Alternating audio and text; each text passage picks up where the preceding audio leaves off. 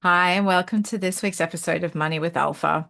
Well, we're a couple of weeks into the new year, and it's been an interesting start to the year, I have to say. It feels a little bumpier than I kind of thought it might. I don't know, but I guess considering if you're looking at the Chinese calendar and New Year's are coming, where we're exiting out of sort of a quite a tumultuous year, that the year of the snake, and moving into this year of the horse, and not just the horse, but the fire horse, which I hadn't heard of before. So I was going, oh wow, okay.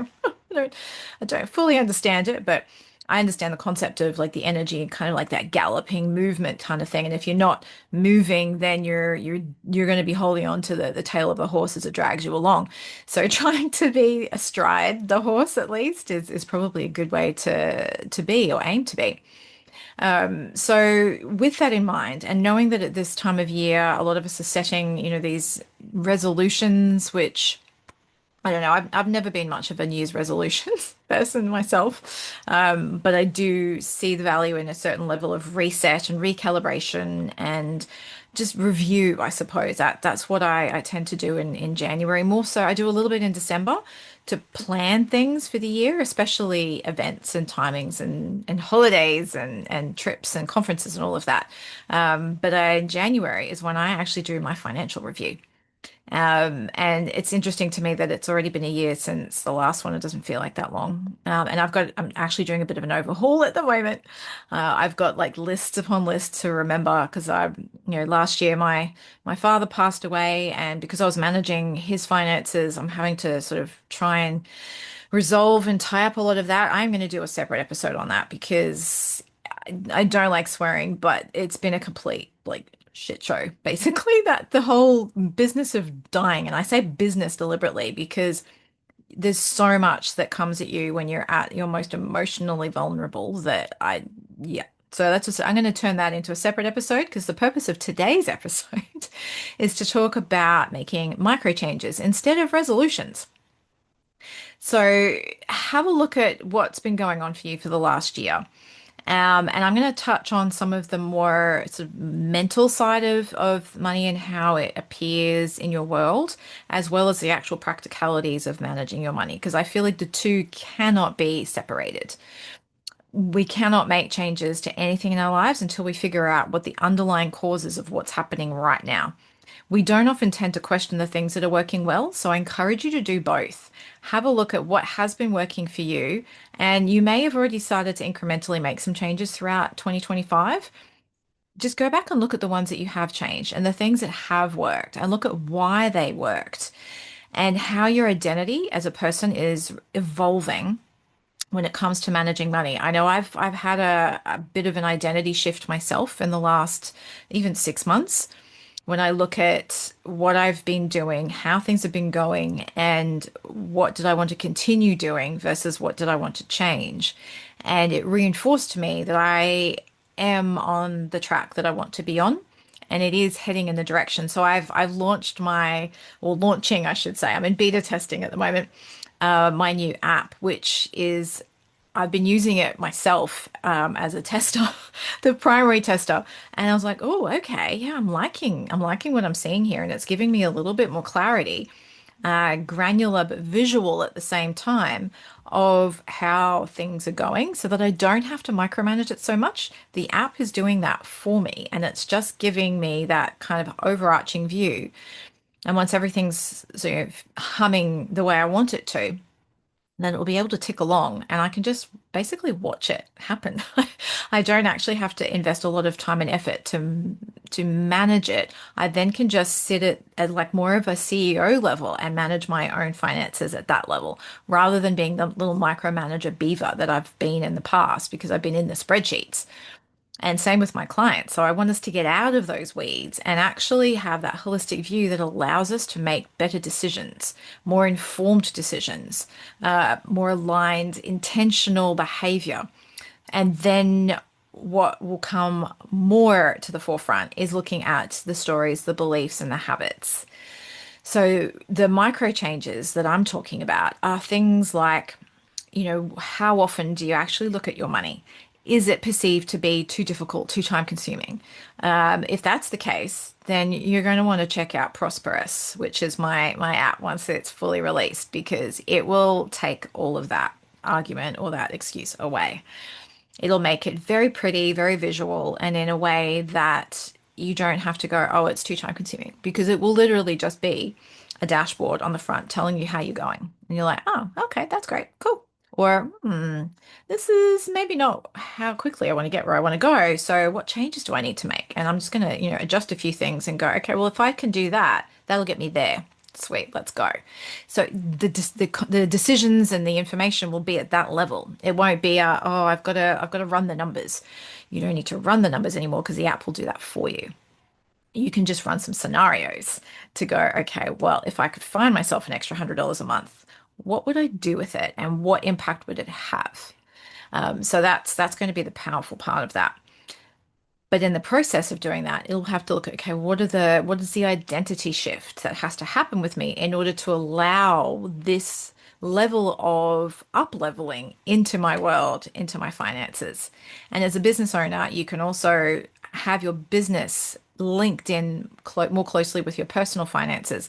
So you can actually optimize the salary, the amount that you're paying yourself, and go, okay, well, this is what I want to achieve personally. Can my business actually sustain that? If not, what do I need to do? And then you can go look at your business more holistically. You can work with a business coach more effectively. You can start to understand which one of your products or services are the most profitable, and then how. So you start to become more of the CEO level manager of your life rather than the worker bee. So it just changes things. So your identity is going to have to shift with that too. So, what beliefs do you have around money? Because once you've got the information and the time and the visibility is no longer your excuse, then how, and I use the word excuse with love, because we're all there and we can all do it. I mean, there's so many things that I can put off, and my bathrooms can be super duper clean because I'm procrastinating about something, and then I'm like, what's going on here? So, what sort of beliefs do you have around your ability to manage money?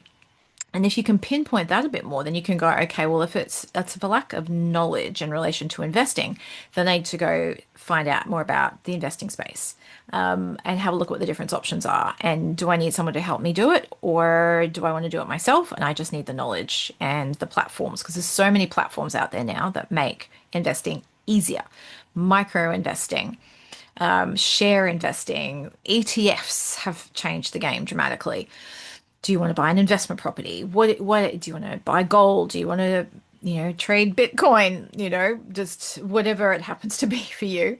So that's very much the level of decision. So then the beliefs become more about how you can bridge the gap from where you are now to where you want to be.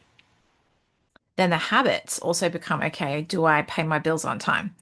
Am I getting a bill and putting it aside because I don't want to know what's in there? And let me tell you, if that's the case, then that is probably going to, the app is probably going to give you a little bit more visibility on what the amounts actually are. But it can just become, even if you have the money there to pay for it, it could just be a habit that you just put your bill aside rather than actually sort of, no, that's not to say you pay it right away. Like I literally have a bill in front of me right now that I've been hanging on to for a few weeks because I wanted to pay it in January when it's due. I didn't want to take money out of my savings account to pay it because the cash flow, I get paid bonus interests in December if I didn't take the money out. So I wanted to do it in January. So that's a choice. That's not I'm avoiding paying the bill. The energy for that is different. And I was like, I'm feeling a little bit more in control and a bit more savvy that I can do this, that I'm managing my cash flow in the best possible way so that I can get the bonus interest. And that will actually help me towards paying for the bill as well. So it's those kinds of habits and changes. And then the energy that goes with that becomes different. You're no longer paying a bill out of, oh, I'm going to pay a bill, to, cool, I'm doing this in a way where I have the money sitting there. I know that's what it's earmarked for, and I'm choosing to pay it closer to the payment date rather than paying it early just because I just want to either get it out of the way, or I'm avoiding it and I end up paying it late and a late payment fee because I'm just avoiding it. So there's an energy shift that starts to happen there. So we're looking at the beliefs that you have around money and then the stories you're telling yourself as a result, and make some slight changes. And the stories, the important part here really is languaging. What languaging are you using? I talk to this with my daughter and even my mum often enough as well. When he's like, "Oh, don't forget to tell me to do blah," or rather than going, "Remember to remind me." So I'm focusing on the remembering rather than the forgetting because our brains don't know the difference. They don't care. They just remember the word, and that's the word that we focus on, or our brains will focus on. So remember to do blah, or talking about, oh, I'm not good at blah. It's like, I am getting better. I am improving. So it's that toward language rather than that, oh, and even the energy is different.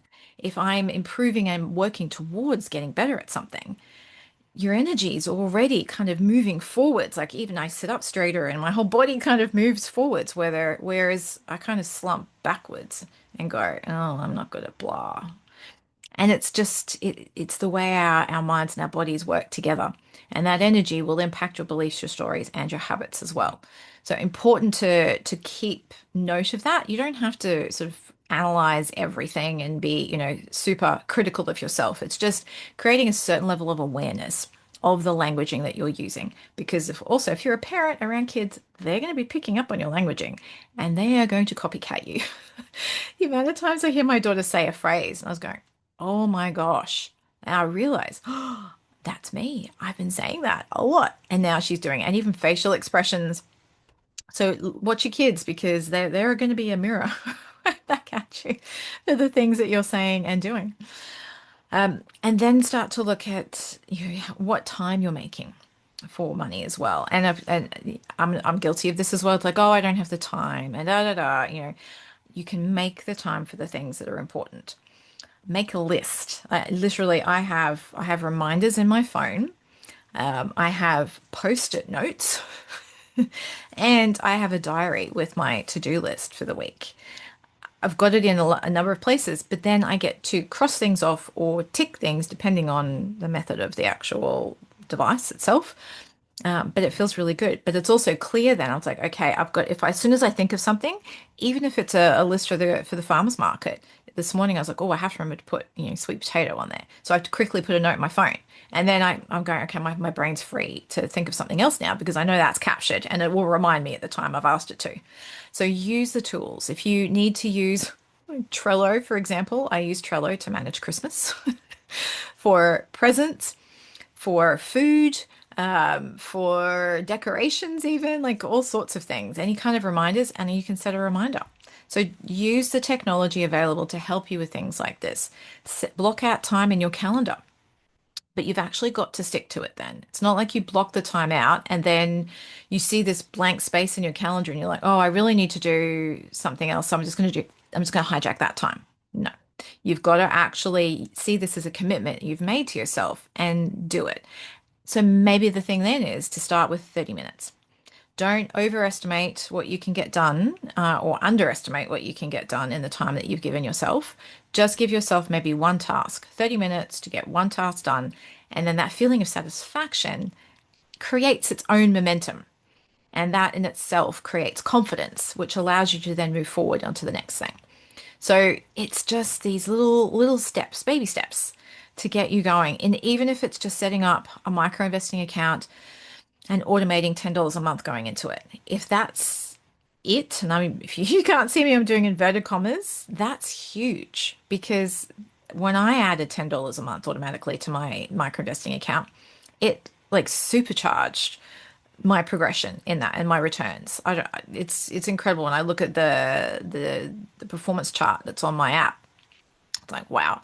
And I actually had a client ask me the other day whether I thought micro investing was a good idea. And I was like, well, for me, I do it. I actually have two separate micro investing accounts, and in one of them a sub account for my daughter. And it's amazing. Like I've got almost $11,000 in one of them, about nearly $3,000 in another one, and then my daughter's accounts now are about $900. So this is money that collectively we might up to just over 15, nearly $15,000 all up that I wouldn't have had otherwise. So don't underestimate the power of micro changes, micro investing, micro actions. Just the little things make the biggest differences. So that is my message for you for today is pay attention to the micro, whether it's the languaging, the habits, the stories, the beliefs you have, the identity that you have, the time that you're spending on things. Start to implement some micro changes in your life and build that confidence and also that commitment to yourself that you've actually done something, because it's a lot easier to chip away at the micro things and we can have plans for the big stuff. And yeah, big is great, but you get there by the micro steps. So, with that, I'll let you go do some planning and to start taking action on some of your micro changes to get you started and moving in the momentum that you want for 2026. And I'll catch you next week.